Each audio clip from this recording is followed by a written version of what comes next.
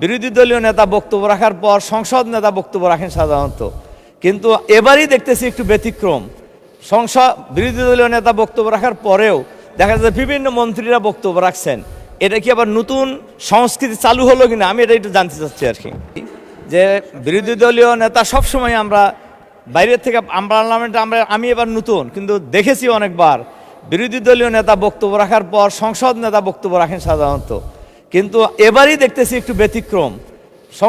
বিরোধী দলীয় নেতা বক্তব্য রাখার পরেও দেখা যাচ্ছে বিভিন্ন মন্ত্রীরা বক্তব্য রাখছেন। এটা কি আবার নতুন সংস্কৃতি চালু হলো কিনা, আমি এটা একটু জানতে চাচ্ছি আর কি। ধন্যবাদ মাননীয় সদস্য।